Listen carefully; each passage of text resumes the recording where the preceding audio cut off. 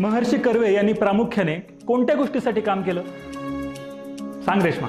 Sir, महर्षी कर्वेंनी प्रामुख्याने स्त्री शिक्षणासाठी काम केलं. त्यांच्या लक्षात आलं की आपल्या देशाला स्वातंत्र्य तर मिळालं, पण संपूर्ण स्वातंत्र्य नाही.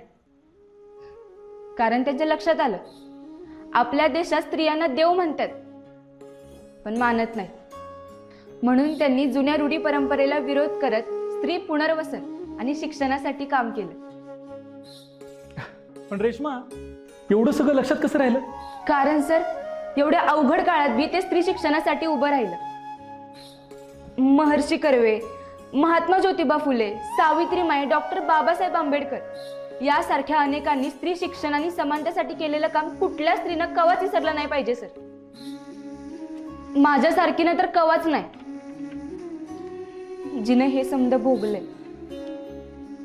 पण सर, आजच्या काळात एका महर्षी कर्वेंची नाही तर महात्मा ज्योतिबा फुलेंची गरज आहे.